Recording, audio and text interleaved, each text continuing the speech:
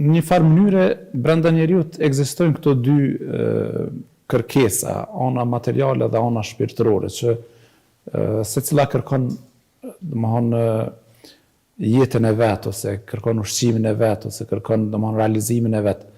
Megjithatë, Islami mundohet që njeriu ta harmonizojë apo ta balancojë mes këtyre dy anëve.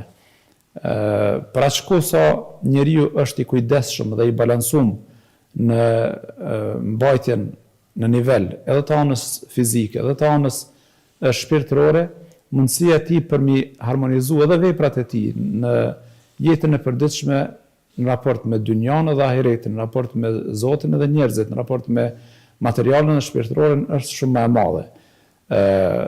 Natyra e trupit është që të realizoj veten e tij materiale. Natyra e trupit është që ta ngop veten me ushqim, me dëshirat e tij, lakmitë e tij e kështu me radhë. Kurse natyra e shpirtit është të ushqehet me atë që është hyjnore, me atë që është prej nga dhe ka prejardhën shpirti. Këto dyja bashkjetojnë edhe punojnë, me thonë kështu, në jetë, duke pas nën kujdes edhe nën kujtesën tonë, se të dyja anët janë krijesat Allahu xhaleshanu. Të dyja anët na i ka dhënë Allahu xhaleshanu në dispozicion, dhe për secilën prej tyre domethënë ka përgjegjësi. Në kohën e profetit Muhammed sallallahu alaihi wasallam ka pas njerëz të cilët e kanë kuptuar Islamin edhe besimin si diçka që është shumë shpirtërore.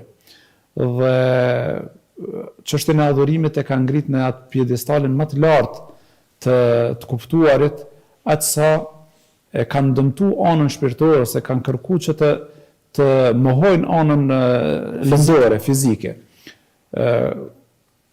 Një prej sahabëve ka shkuar te pejgamberi alayhis salam dhe i ka thonë ai dërguari i Allahut, çka kam obligim prej namazit. Pejgamberi alayhis salam i ka treguar kohët e namazit dhe obligimin me 5 kohë. Ka thonë, unë kam mundësi edhe më tepër. Çka kam obligim prej agjerimit? Kanë muaj Ramazan edhe kjo është domthonë pjesa tjetër është vullnetare. Unë kam mundësi më tepër, edhe këta edhe këta. Domthonë kanë shpreh dëshirë që ta fuqizojnë anën shpirtërore duke e dëmtu anën materiale. Derisa ka ardhur për shembull një grua te pejgamberi alayhis salam dhe është ankuar për burrin e saj në shtëpi, i cili natën e ka kaluar në namaz, në adhurim, edhe ditën e ka kaluar në agjerim, duke i lënë anash domthonë obligimet familjare, duke i lënë masdore domthonë fëmijët edhe gruan e tij. Dhe pejgamberi alayhis salam e ka thirrë dhe i ka thonë obligimet të cilat i ka caktuar Allahu xhaleshanu janë këto e këto e këto. Po ti ke edhe ndaj trupit tënd të drejta dhe obligime, ke edhe ndaj familjes të drejta dhe obligime, edhe ndaj anës lëndore domethënë ke të drejta dhe obligime.